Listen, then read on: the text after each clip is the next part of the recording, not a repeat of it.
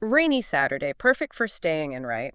And what better way to spend it than with a deep dive into something we all experience? Food. You, learner, have given us some amazing materials on culinary history, and today we're going way back to the beginning to trace how food has evolved over, well, a really long time. It's quite a journey, and Professor Albala's book, Food, a cultural culinary history guidebook, is a fantastic guide. It's more than just a list of what people ate. It's a look at how food is tied to culture, beliefs, even politics. Absolutely. And for you, learner, we're going to highlight the most fascinating points, those aha moments that show how what we eat today connects to what people ate thousands of years ago. We'll make sure it's interesting and informative without getting bogged down in too many details. So let's start at the very beginning with our earliest ancestors. Okay, so think about early Homo sapiens about 200,000 years ago. They had a surprisingly diverse diet. It wasn't just meat like you might imagine. They were omnivores, eating insects, fish, all kinds of wild plants, nuts, berries, you name it. They were very resourceful. And get this, Neanderthals, our close relative, were cooking food as far back as 125,000 years ago. That's incredible. They were controlling fire and transforming food that early on. Some people even think that cooking, and maybe even the social aspect of sharing cooked meals, gave Homo sapiens an advantage. That's a fascinating idea. Yeah. And speaking of advancements, think about the shift to agriculture. That happened much later, around 10,000 years ago. It led to larger populations and more complex societies, but it also changed our diets in big ways. Yeah, it's interesting to think about how humans evolved with these dietary changes. Early humans had larger jaws because they ate tougher, raw foods. Later, with agriculture, people's jaws became smaller, but we actually started to see more cavities because of all the starches and sugars. And the Wow. types of meat changed too, from lean wild game to the often fatter domesticated animals. Right, and those early cooking methods were pretty ingenious too. Professor Albala talks about how they boiled water in animal skins, which sounds crazy, but it actually works. There's even an experiment with a paper bag that demonstrates it. And they use pit cooking, which is like an ancient version of barbecue. They were definitely creative with limited resources. So how did food evolve in those very first civilizations like Sumer and Egypt? Well, in Sumer, around 4000 to 3500 BCE, their diet was based on the staple crops of the Fertile Crescent: wheat, barley, chickpeas, lentils, those sorts of things.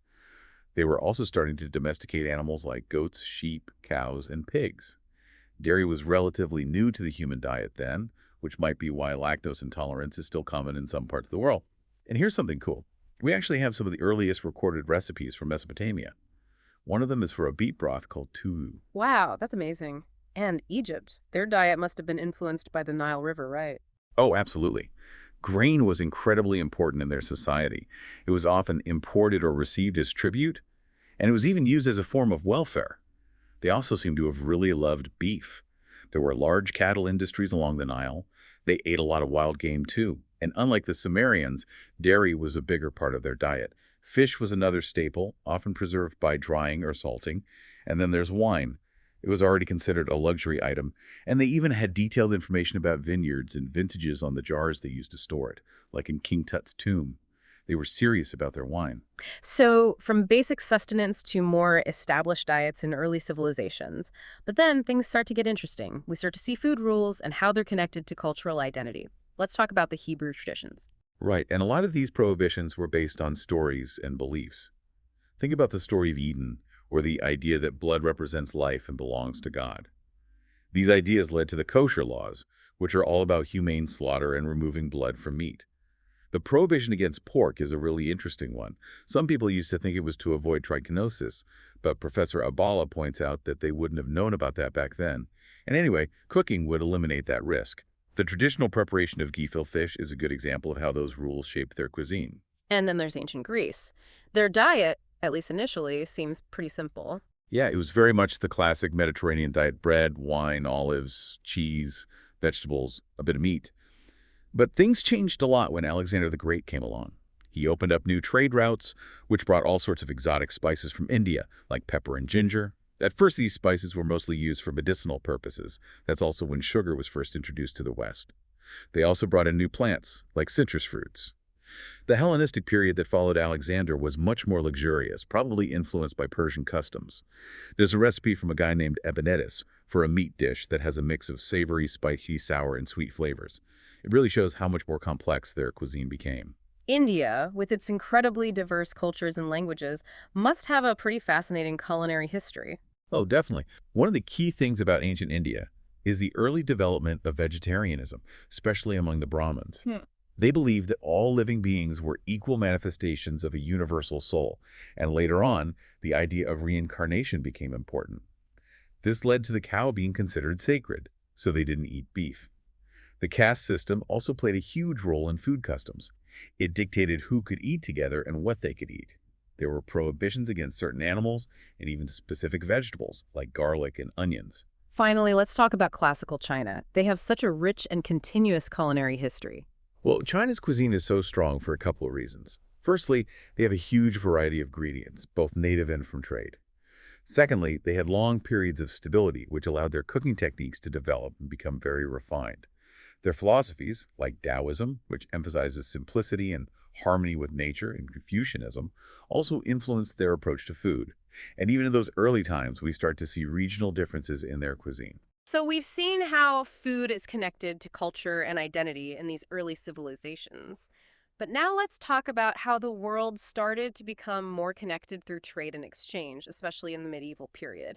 Europe's contact with the Islamic world was a really important turning point, right? Absolutely. Through the Crusades and trade with places like Spain and Sicily, Europeans came into contact with a civilization that was, in many ways, ahead of them. They rediscovered spices that hadn't been widely used in Europe for centuries, things like pepper, cloves, and galangal. They also started using dried fruits, nuts, and sugar again, which was really expensive in ancient times. As a result, medieval European cooking became much more heavily spiced, almost like early Indian cuisine. We even start to see medieval cookbooks like Le Viandier and Le Ménagier de Paris, which shows that their cooking was becoming more sophisticated. Interestingly, the Black Death, even though it was devastating, actually led to better diets for the peasants who survived. There were labor shortages, which meant they could afford to eat more meat and drink more alcohol. And then the Renaissance came along, and there was a renewed interest in classical text, like Apicius's cookbook. This led to new ideas about food, as we see in writings by Platina and Ficino. Even extravagant Renaissance recipes, like one for puff pastry with tons of butter and sugar, show how tastes were changing. And then, boom, 1492, the Columbian Exchange. That really changed everything. It really did. Europeans were obsessed with finding spices, which is what drove a lot of their exploration. Columbus's voyages started this huge exchange of food between the Old World and the New World. New World crops like corn, tomatoes, chilies, and sweet potatoes were brought to Europe. Old World staples like wheat, beef, and pork were introduced to the Americas. Aztec cuisine, which was based on corn, beans, squash, chilies, tomatoes, and avocados, changed drastically. They had pounded sauces, kind of like a proto-guacamole, and fermented drinks like pulque. But European contact, and especially European diseases, had a devastating impact. So we move from this global exchange of luxury goods to the 16th through 18th centuries, the rise of mercantilism. How did that affect what people were eating? Mercantilism was all about acquiring wealth. And a lot of that wealth came from controlling trade in valuable goods, like sugar, coffee, tea, tobacco, and spices. Huge plantation systems were set up in the colonies to meet European demand, often using forced labor. The Dutch and English East India companies became really powerful because of this trade. Sugar, especially, became much more affordable, which led to people eating more of it. Some would even say it was the beginning of sugar addiction. Coffee and tea also became hugely popular in Europe. There's a Dutch recipe for these spice cookies called olie koken that really shows how they were using those imported ingredients. African and Aboriginal cuisines, which often relied on simpler cooking methods and local ingredients, started to incorporate American crops like peanuts and tomatoes. Aboriginal Australian cuisine, though, stayed pretty isolated and unique. So from global trade, we get to the Industrial Revolution, which totally transformed food production and consumption. What happened there? The Industrial Revolution was a massive change. For a lot of people, food production was no longer happening at home. Factories popped up everywhere, and new technology, like the steam engine and advances in steel production, revolutionized industries, including the food industry. Even something as basic as bread making changed drastically. They started using mass milling, bleaching the flour, and adding all sorts of things to it. But this industrialization of food wasn't universally accepted, right? There were some counterculture movements that emerged in response. Definitely. In the 19th century, there was a growing backlash against industrialized food. People became interested in vegetarianism, utopian socialist ideas that often included specific diets and health-focused diets. Figures like Kellogg and Post, the cereal guys, were really influential in promoting these ideas. They saw food choices as connected to morality and well-being. And we also see the beginning of the modern restaurant during this time. How did that happen? Well, restaurants started to become popular in the 18th and 19th centuries. They really took off in France, especially after the French Revolution. It was interesting because they changed the way food was served. They went from serving everything at once, which was called service à la française, to serving courses individually, which is called service à la russe. And people like Bria Savarin started writing about gastronomy as this refined art form, so eating out became a more social and cultural experience. And then the 20th century came along, and we enter the era of big business and I guess you could say a kind of homogenization of the food supply. Yeah, that's right. In the 20th century, we see these huge corporations taking over food production, making tons of processed foods. This led to a big increase in food consumption overall, even to the point of overfeeding. And there were all these food fads, like this guy Horace Fletcher, who was obsessed with chewing your food a certain number of times. It was called Fletcherizing. Advertising also started to link food with health, like Popeye and spinach. And World War II had a big impact too, right? Especially with the development of fast food. Oh, yeah. World War II led to the development of things like K&C rations, which were these portable, shelf-stable meals for soldiers. And then after the war, there was a boom in fast food. It was seen as convenient and cheap. McDonald's became the model for this kind of food, with a focus on speed, efficiency, and low prices. And it became a global phenomenon. But as with other big changes, there was a backlash against fast food and processed foods. Absolutely. The counterculture movement in the 1960s really pushed back against that. People started to worry about the quality and nutrition of fast food. They wanted local, seasonal, and sustainable food instead. There was a resurgence in home cooking, with people like Julia Child leading the way. And we saw the rise of craft beer and artisanal cheese as people looked for more authentic alternatives to mass-produced food. And now in the 21st century, things are getting even more interesting. We're seeing the science of food, creating new dishes, and even new organisms as food sources. What are some of the key things happening here? Well, one of the big things is molecular gastronomy, which is using science to understand how food transforms at a chemical and physical level. And then there's the whole debate about GMOs, or genetically modified organisms. They have the potential to reduce pesticide use and increase crop yields, which sounds great. But there are also concerns about their long-term stability, the ethics of patenting life forms, and their impact on ecosystems. And then there are technologies like hydroponic farming and the development of nutraceuticals, which are like food-based medicines. It's a really fascinating time to be looking at food. So, learner, we've gone from our ancient ancestors to the cutting edge of food science. What are your big takeaways from this incredible journey? Well, I think the biggest takeaway is that food is so much more than just what we eat. It's a reflection of our culture, our beliefs, our history, and our relationship with the world around us. It's about ingenuity and adaptation. From those early humans controlling fire to cook food to the scientists creating new food sources today, it's a really remarkable story. And here's something to think about, learner. As you go about your day, think about the choices you make about food. Do you reach for local, seasonal ingredients? Or are you more drawn to exotic, globally sourced foods? It's a tension that's been around for centuries. What can we learn from history to create a more mindful and... we're diving deep today into a really fascinating story. A small town with a huge heart. And it all revolves around this place, this Rose Inn in Crossett, Arkansas. Now, Crossett itself, it's a lumber mill town, but this inn, it was much more than just a hotel, right? Yeah, I mean, way more. It was like the social hub, the place to go for a good meal, a place where memories were made, really connected generations. Yeah, and we've got this incredible collection of material, the Posey collection, and it just brings that personal touch, Those firsthand accounts really make the history come alive. Totally. And that's what we're going to dig into today. We're going to explore why the Rose Inn held such a special place in the lives of Crossett's residents, from its very beginnings in 1912 all the way to, well, its eventual end. And it seems like one man's vision really set the stage for all of this. Edgar Woodward Capgates, the manager of the Crossett Lumber Company. And essentially, the head honcho of the company town. He had a very specific idea for Crossett. He didn't want it to be just another, rough and tumble sawmill town. He wanted something different, something more refined. Right. He envisioned a community known for its kind people, a place with a more gracious way of life. And the Rose Inn, it really seems like it was at the heart of that vision. Yeah, so let's go back to the very beginning. CrossFit itself was founded in 1899, right? Yep, by E.S. Crossett, Dr. J.W. Watzek, and C.W. Gates. They established the lumber company and the town that kind of grew up around it. And initially, it was the idea that this town, had a limited lifespan. I mean, I know the timber resources wouldn't last forever, but did they think the town itself would just, fade away? Well, it's interesting. The sources don't explicitly say that they thought the town would disappear, but the focus was very much on those timber resources. So it's not a stretch to think that they might have seen it as having a, potentially finite future. So that's where Cap Gates comes in, right? He had this longer-term view. Yeah. Around 1910, he really started advocating for managed forests. He understood that sustainable practices were key to the long-term economic health of the community.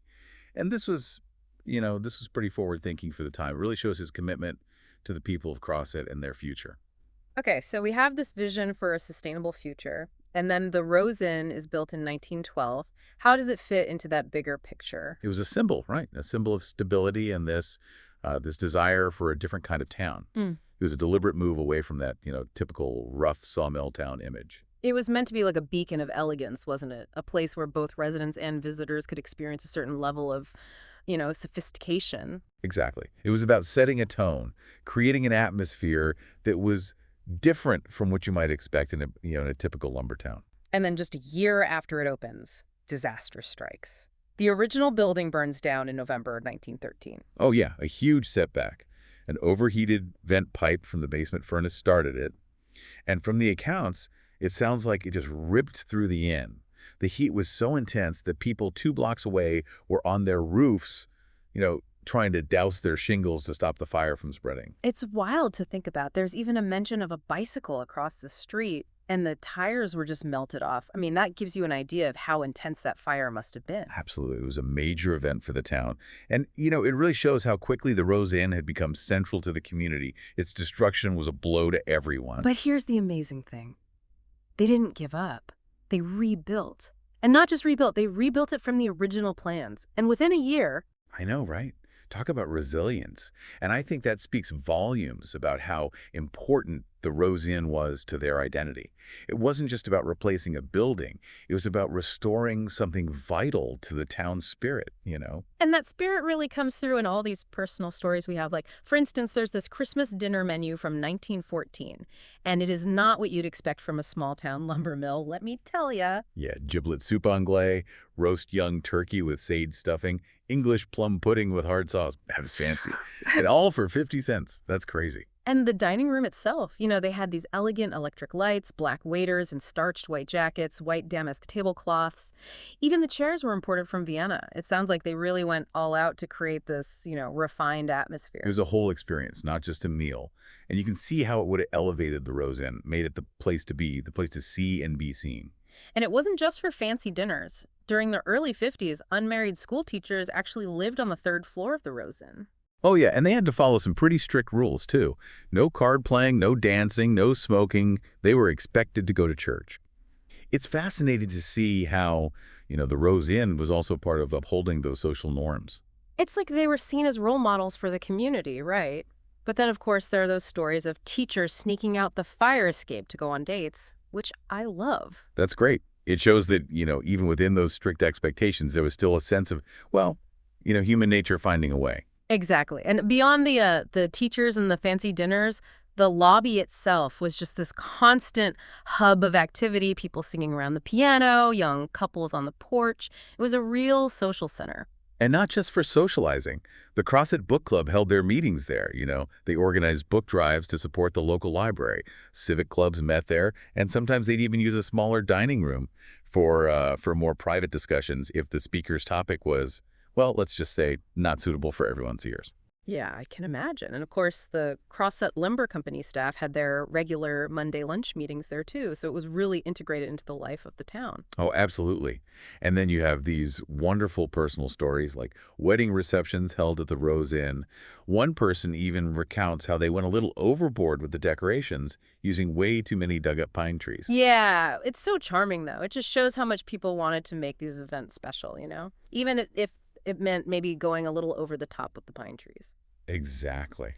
And then there were the high school banquets. Imagine that. Fine linen, polished silverware, student servers in costumes. These were big events for the community. Oh, yeah. And not just for the young folks. There were retirement dinners, like the one for Dr. Waldo A. Regnier. Those were hugely popular. Apparently, they sometimes even overflowed into the lobby. And then you had the sock hops. That brought a more youthful, energetic vibe to the Rose Inn. It wasn't just a place for formal events, it was a place for fun, too. And it's amazing how this one place, the Rose Inn, touches on so many different aspects of life in Crosset. There's even this story about a young Billy E.W. Gates, Cap Gates's grandson, who had a job delivering leftover food from the inn to Cap Gates's Hampshire hogs. I love that detail.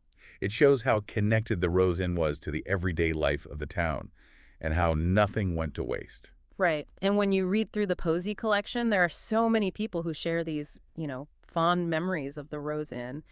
They describe it as a beautiful landmark and a special place. Those personal recollections are what really bring the history to life, right? It's not just about dates and facts.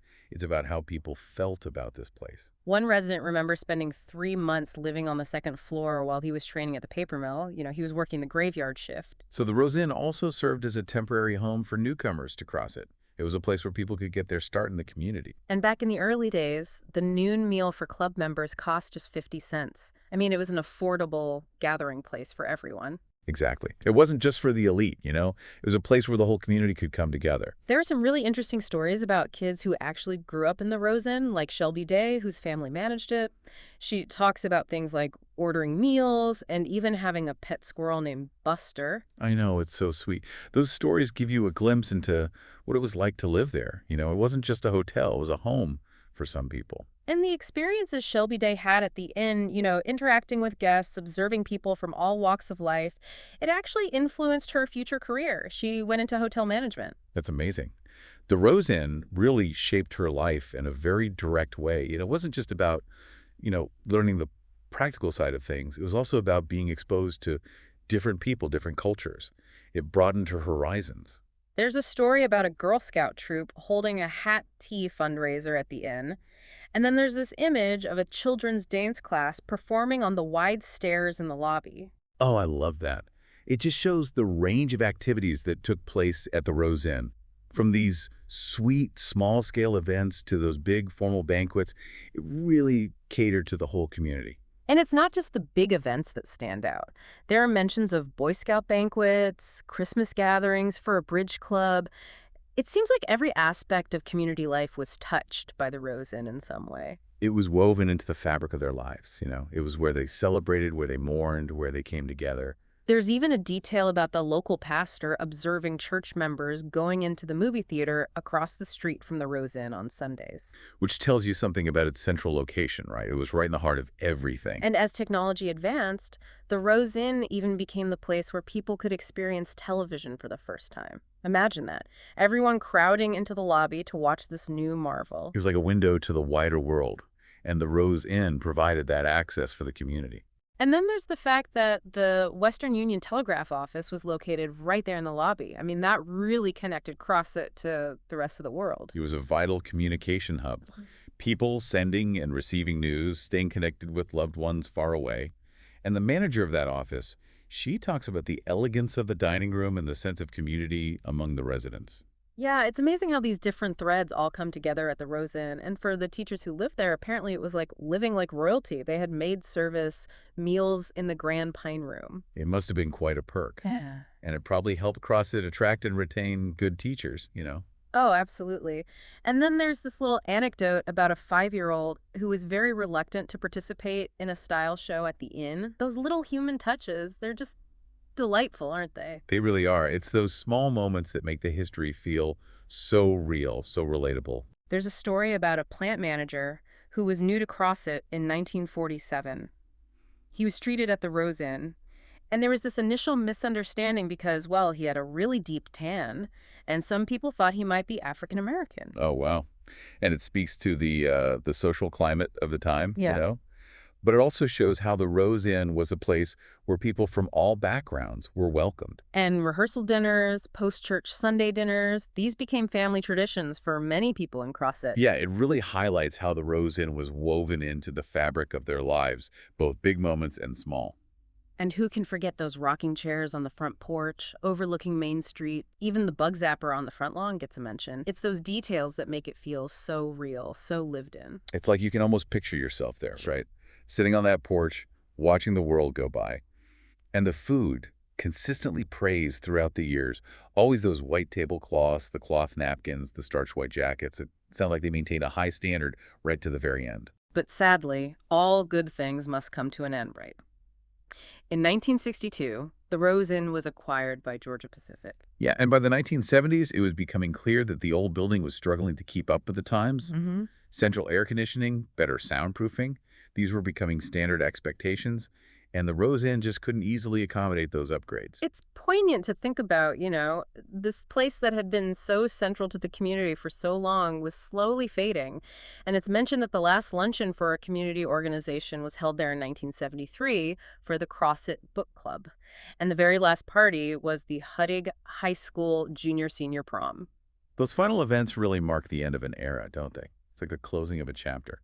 And then in June 1973, they held an auction of the Rose Inn's contents. It's heartwarming to know that local residents bought many of the items, keeping those pieces of history alive in their own homes. Absolutely. It's like they were taking a little bit of the Rose Inn with them. The Rose Inn Annex, which was a brick building, was demolished in 1978, and now Centennial Park stands in its place. It's interesting how that space has been transformed, but it still serves the community. It's still a place for people to come together, just in a different way.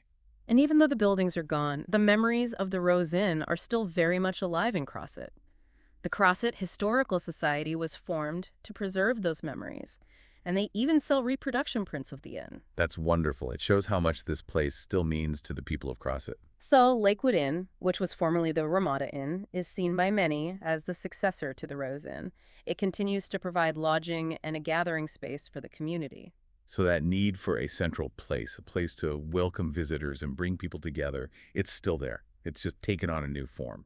The story of the Rose Inn, it's really about so much more than just a building, isn't it? It's a story about community, about connection, about the power of a place to shape lives and create lasting memories. Absolutely. And it makes you think about those places in your own life, in your own community, those places that hold a special meaning, that have witnessed your own history. We really encourage you to explore the history of company towns and the impact they have on their communities. And if you're interested in learning more about the Rose Inn specifically, the Posey Collection at the Paul Sullins Public Library in Crosset is a treasure trove of information. It's a fantastic resource and a reminder that history is made up of these personal stories, these individual experiences that come together to paint a bigger picture. One last thought for you. The Rose Inn may be gone, but its legacy lives on in the memories of those who experienced it. It's a reminder that the most important landmarks aren't always the grandest or the most imposing. Sometimes they're the places where we gather, where we connect, where we make memories that last a lifetime. Beautifully put, and a perfect note to end on. Until next time. Okay, so today we're diving into something pretty fascinating, I think. Yeah. We're going to be looking at the Felsenthal and Overflow National Wildlife Refuges. Okay. And we're going to kind of go way back in time to look at the history of this area. Right. And I think the really fascinating thing about this deep dive is we have all this material. Like we have archaeological reports and studies of prehistoric cultures in Arkansas and the lower Mississippi Valley. And then we also have all this information about the refuges today and how they're managed. Interesting. And I think the mission here is really to see if there's any connection between the people who were living here thousands of years ago and the way the environment is today. And I think that's going to be really fascinating, especially for folks in Ashley County and groups like ACN who are looking at kind of the long-term history of their environment. Yeah, for sure, for sure. So yeah, let's just kind of jump right in, I guess. Yeah, let's do it. So I guess my first question is just kind of how far back are we talking about here? Oh, wow. We're talking way back. Okay. I mean, evidence suggests human presence in this area all the way back to the late Pleistocene. Oh, wow. Yeah, so we're talking, potentially tens of thousands of years. So like Ice Age, woolly mammoth time period. Yeah, exactly. Exactly. Like that's the kind of time frame we're looking at. And it's just amazing to think about these people living in this environment. Yeah. And the environment itself was so different back then. We're talking about constantly changing rivers, Mm-hmm. massive floods, Right. even sea levels were rising and falling. And the climate itself was going through major Oh, shifts, wow. like the hypsothermal period, Okay. which was this warmer, drier phase, roughly between 6,700 and 4,500 BC. Okay. And, during this time, you had a huge expansion of southern pine forests in Louisiana and Arkansas. Wow. Yeah, so it was a very different world than what we see today. That's amazing. So you're saying that like the dominant forest types in this area have changed over time? Oh, absolutely. Yeah, I mean, the landscape was constantly in motion. Yeah. And, it really speaks to the adaptability of these early inhabitants. Yeah, that makes sense. I mean, how did they even like thrive in such a dynamic environment, right? Exactly. And that's where we start to see some really fascinating adaptations emerge, Okay. particularly during the Archaic period, Okay. which followed that initial Paleo-Indian presence. And one of the key things we see is this increasing reliance on native plant foods. Okay. Things like Canopodium, you might know it as lamb's quarters, Mm-hmm. knotweed, marsh elder, maygrass, little barley. Okay. Those sound like weeds to me.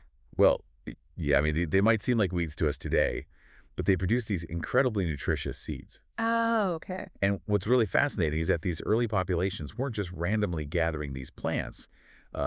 There's growing evidence that they were actively managing these resources. Really? So you're saying like early agriculture? Yeah, kind of. It wasn't agriculture in the way we typically think of it, with plows and fields, but it was definitely a form of environmental management focused on food production. I mean, how would they even manage those types of plants, though? Well, think about it. Their settlements inadvertently created the perfect conditions for these plants to flourish. Oh, okay. Activities like clearing land for camps and dwellings, disposing of waste, even just foot traffic around living areas, all of that disturbed the soil. Oh, so like creating the disturbed habitat that they need to grow. Exactly. And Chenopodium and these other species, they actually thrive in disturbed habitats. So they're kind of like taking advantage of human activity. Yeah, exactly. And over generations, they essentially learned to manipulate the reproductive cycles of these native plants, favoring those with desirable traits. Wow, so like a really subtle form of agriculture almost. Yeah, you could say that. And it really challenges our notion of a pristine wilderness. Right, so even thousands of years ago, humans weren't passive inhabitants. They were actively shaping their environment, even if it was in this kind of subtle way. Exactly. And this is a key takeaway here. We often think of ancient people as being one with nature, but they were already shaping the world around them. That's fascinating. Okay, so we have this long period of human presence and this kind of subtle interaction with the plant world. What happens next? Do we start to see more like distinct cultures emerge? Oh, absolutely. Yeah. Yeah. As we move forward in time, we see the development of more defined cultural periods. Okay. For instance, in Northeast Arkansas, we had the Dawson culture, which existed roughly between 8,500 and 7,900 BC. Okay.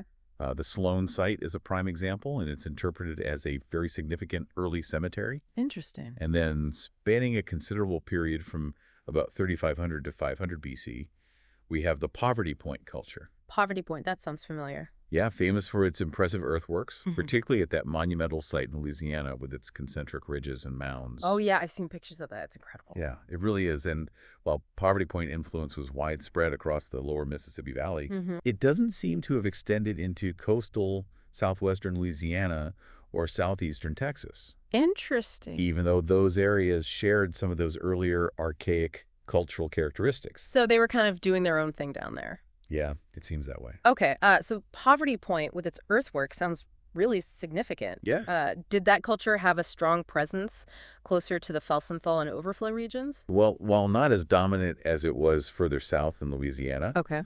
Poverty Point is still part of that broader archaic pattern of increasing social complexity and a greater capacity to modify the landscape. Okay. Now, as we transition into the early ceramic periods, we encounter cultures like Chula, dating roughly from 500 BC to 8200. Chula. Yeah, and there's some possible connections between Chula pottery and archaeological sites in northeast and southeast Arkansas. So closer to our area of interest. Exactly. Although these identifications can sometimes be challenging, Right. And it's interesting to note that Chula pottery found closer to northeast Arkansas appears to have been technologically more advanced than the roughly contemporary Chifeng pottery found further south in coastal Louisiana. But that's interesting. So, like, different pottery styles developing at the same time. Exactly. And this difference in pottery technology suggests that even at this early stage, distinct groups were developing their own unique skills Okay.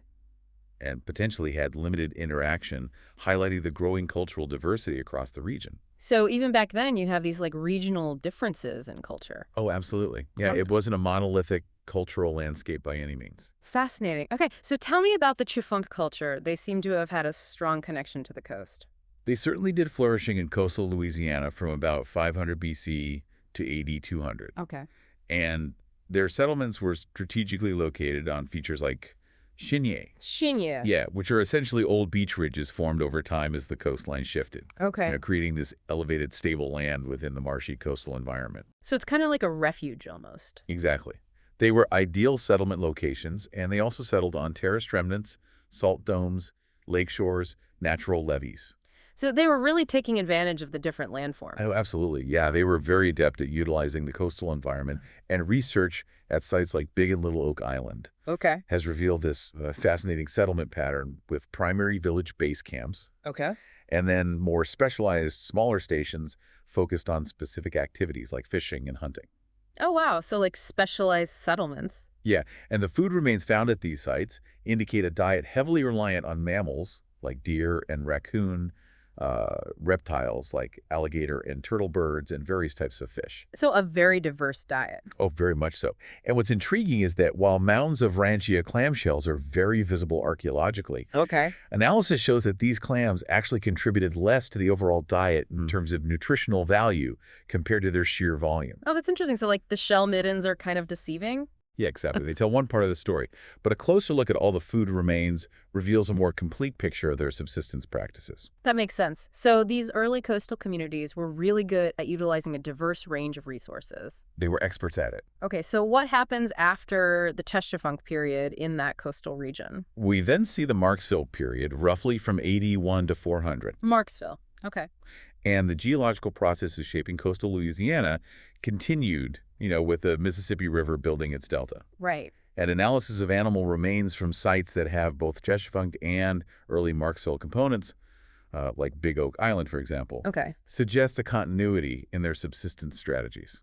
So they're kind of building on what came before. Yeah, exactly. They're still focusing on those resources available in the Rangia clam habitat and the surrounding environment. Okay, so we're seeing these cultures adapt to and effectively utilize the coastal environments. What about further inland, closer to the Felsenthal and overflow refuges? Yeah, good question. So inland, we see the Baytown period, which is a long and somewhat complex phase lasting from around 8200 to 700. Baytown, okay. Yeah, and in northeast Arkansas, a regional variation known as the Barnes culture developed. Barn. Yeah, characterized by pottery made with a sandy paste. Interesting. And following this, we move into the Troyville and Coles Creek periods. Okay. Particularly in the coastal zone, these two can be difficult for archaeologists to separate based on material remains. I see. However, the Coles Creek period, roughly from 8700 to 1000, is really significant for our discussion. Okay, why is that?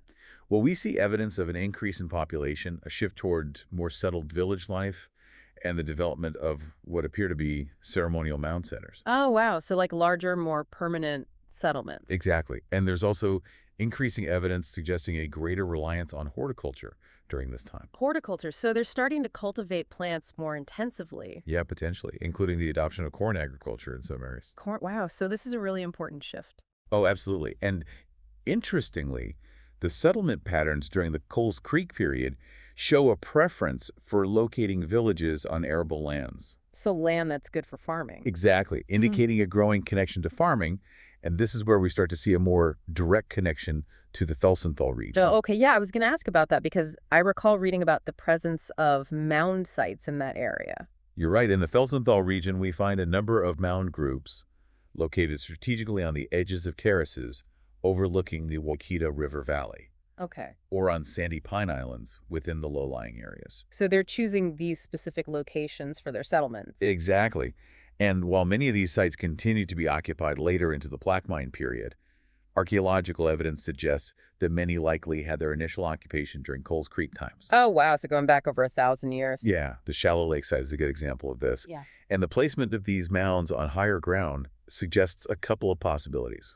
Perhaps seasonal movement away from floodplain sites, especially during those high water periods of winter and spring. So they're moving around based on the seasons. Yeah, while also underscoring the continued importance of fishing in those flooded areas for food. That makes sense. It paints a picture of people actively utilizing different parts of the landscape at different times of the year. So they weren't just staying in one place, they were moving around and using different resources. Exactly. Following the Coles Creek period, we see the development of the plaque mine culture. Plaque mine. Yeah, which evolved through emergent, early, and late phases from around 81,000 to 1700. Oh, okay.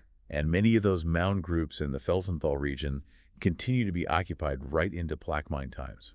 So these sites were important for a long time. Oh yeah, indicating a long-term connection to these specific locations. And then further to the west and southwest in Arkansas, we had the rise of the Caddo cultures. The cow. Yeah, with a sequence that archaeologists have defined from Caddo around AD 900 all the way to Caddo V, Okay. which extends into the historic period. The pioneering archaeological work of Clarence B. Moore in the early 20th century in the Wachita and Red River valleys, including the Felsenthal region, at sites like Boytsfield, Keller, and Kent, was absolutely fundamental in establishing our understanding of these Caddo cultural sequences.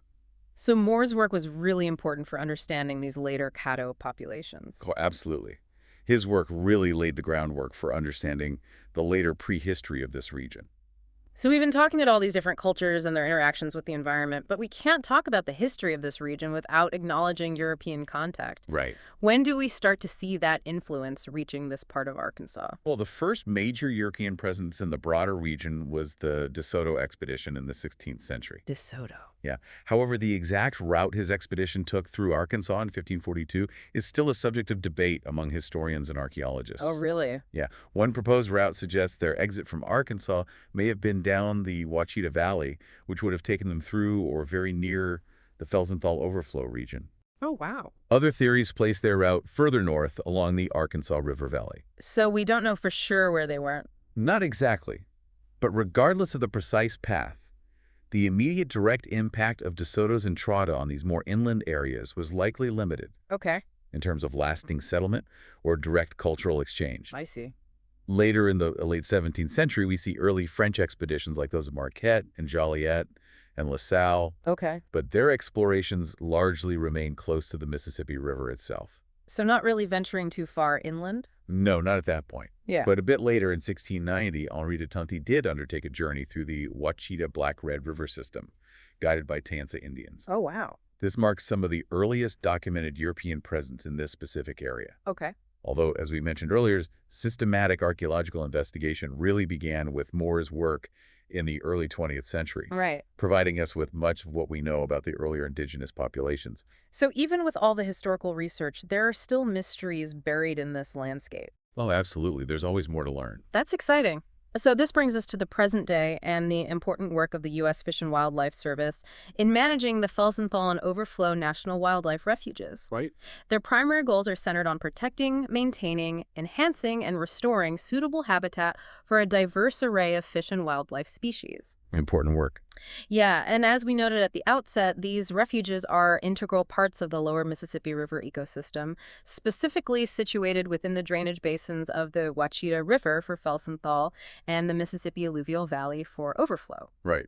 And considering this long history of human presence and activity, Yeah. it really makes you wonder how might those pre-Columbian land management practices, even the subtle ones like the promotion of certain plant species around settlements, Right. and later the development of more intensive horticulture, have shaped the ecological characteristics of these areas over those vast timescales. That's a huge question and one that researchers are still trying to unravel. Right.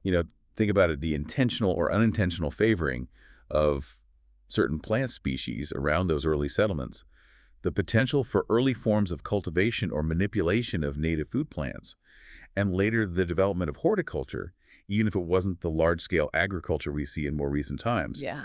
All of these activities could have subtly but persistently altered plant communities, soil composition, and even the distribution and abundance of animal species over countless generations. So we're talking about like a ripple effect almost. Yeah, exactly. And then you factor in the devastating impact of European contact, The introduction of new diseases to which indigenous populations had no immunity Right. led to catastrophic population declines and profound societal upheaval. So that would have had a major impact on the environment, too. Oh, absolutely. This would have inevitably resulted in significant ecological shifts as traditional land management practices were disrupted, altered, or completely abandoned. So it's like this whole chain of events with humans and the environment constantly influencing each other. Exactly.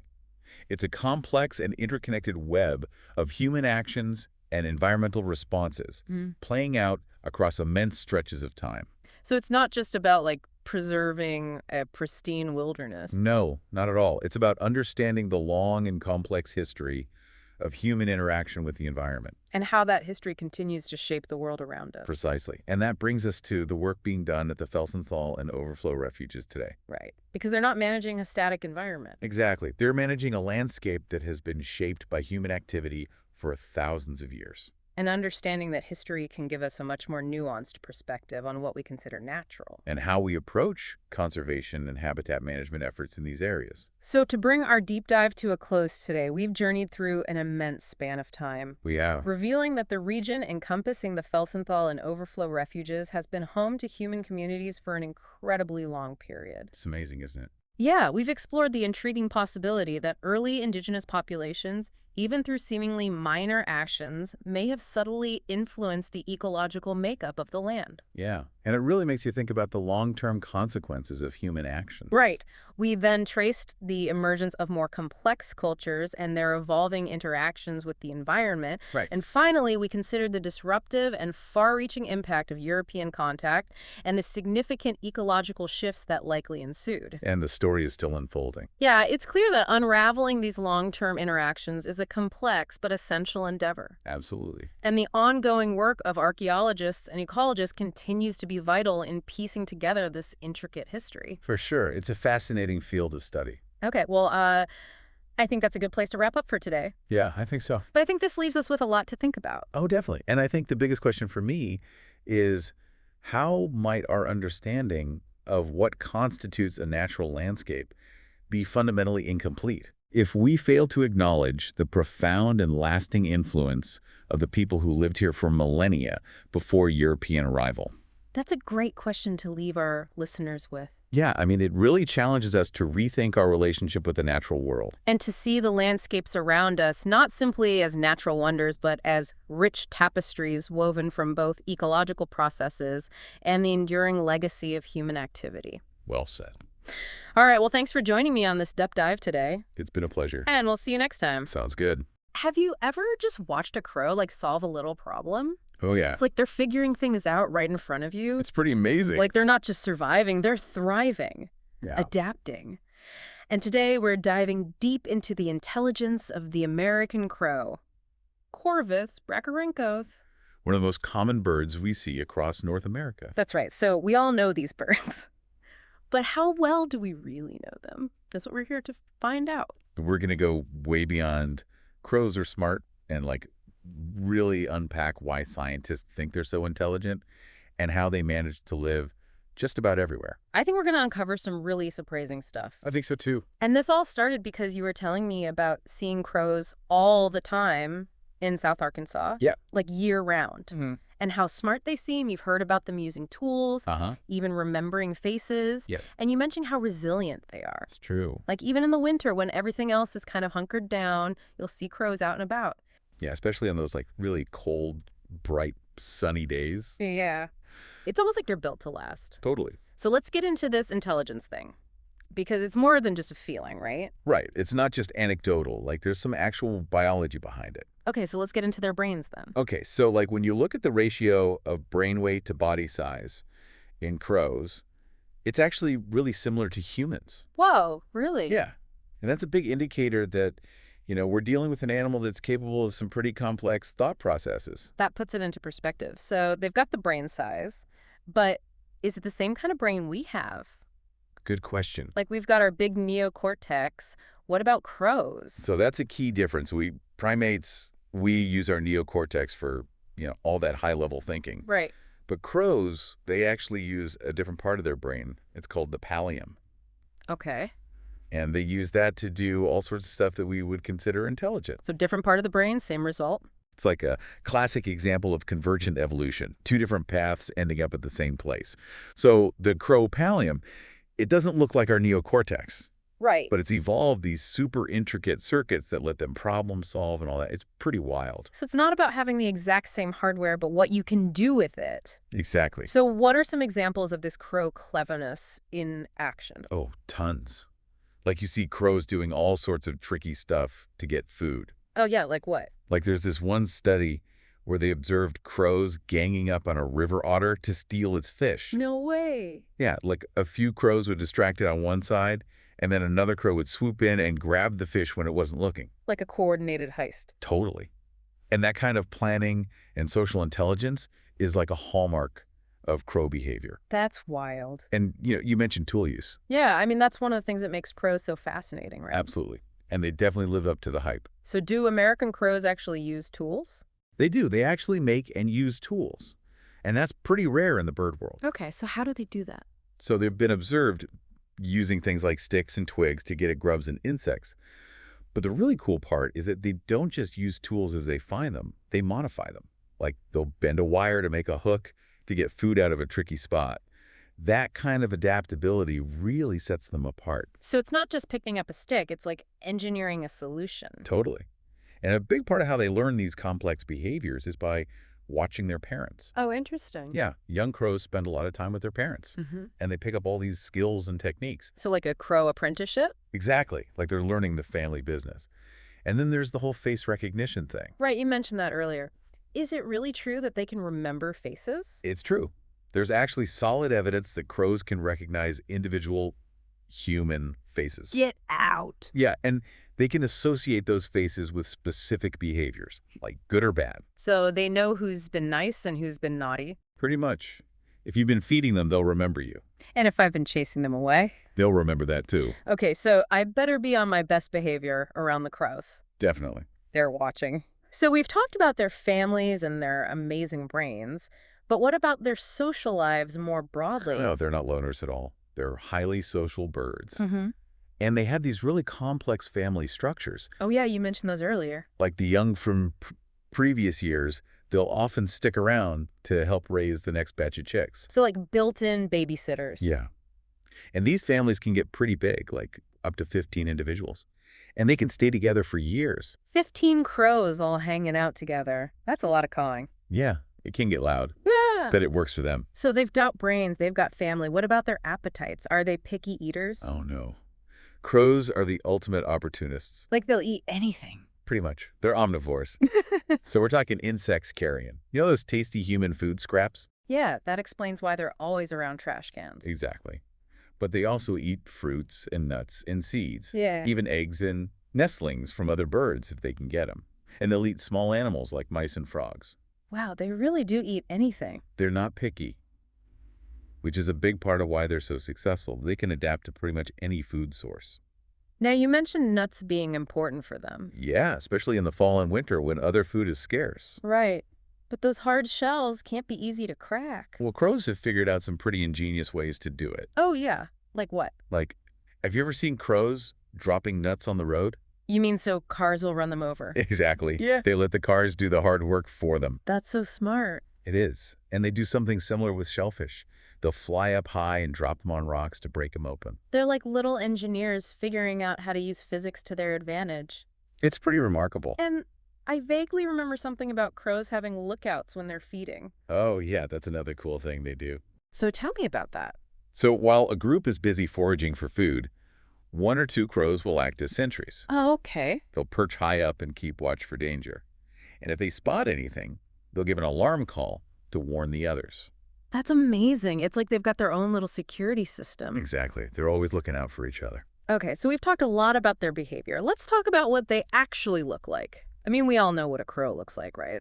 Well, sort of. But are there any details we might be missing? Yeah, definitely. Like in terms of size, the average American crow is between 40 and 53 centimeters long, Okay. with a wingspan of 85 to 100 centimeters. That's bigger than I thought. Yeah, they're not tiny.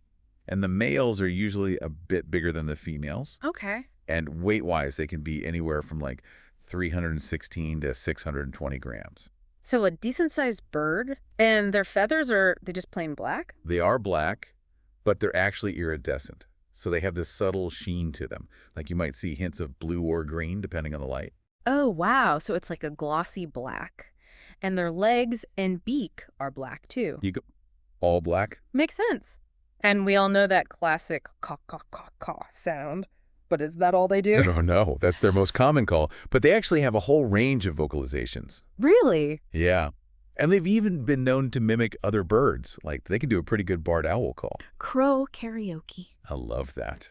Now, geographically speaking, where do you find these brainy birds? Oh, they're all over the place. Like you said earlier in North America, but give me specifics. Okay, so their range goes from the Pacific coast all the way to the Atlantic, and they cover pretty much all of Canada, the U.S., and even dip down into northern Mexico. Wow, so basically everywhere. Pretty much, except for the Arctic tundra. They leave that to the ravens. Right.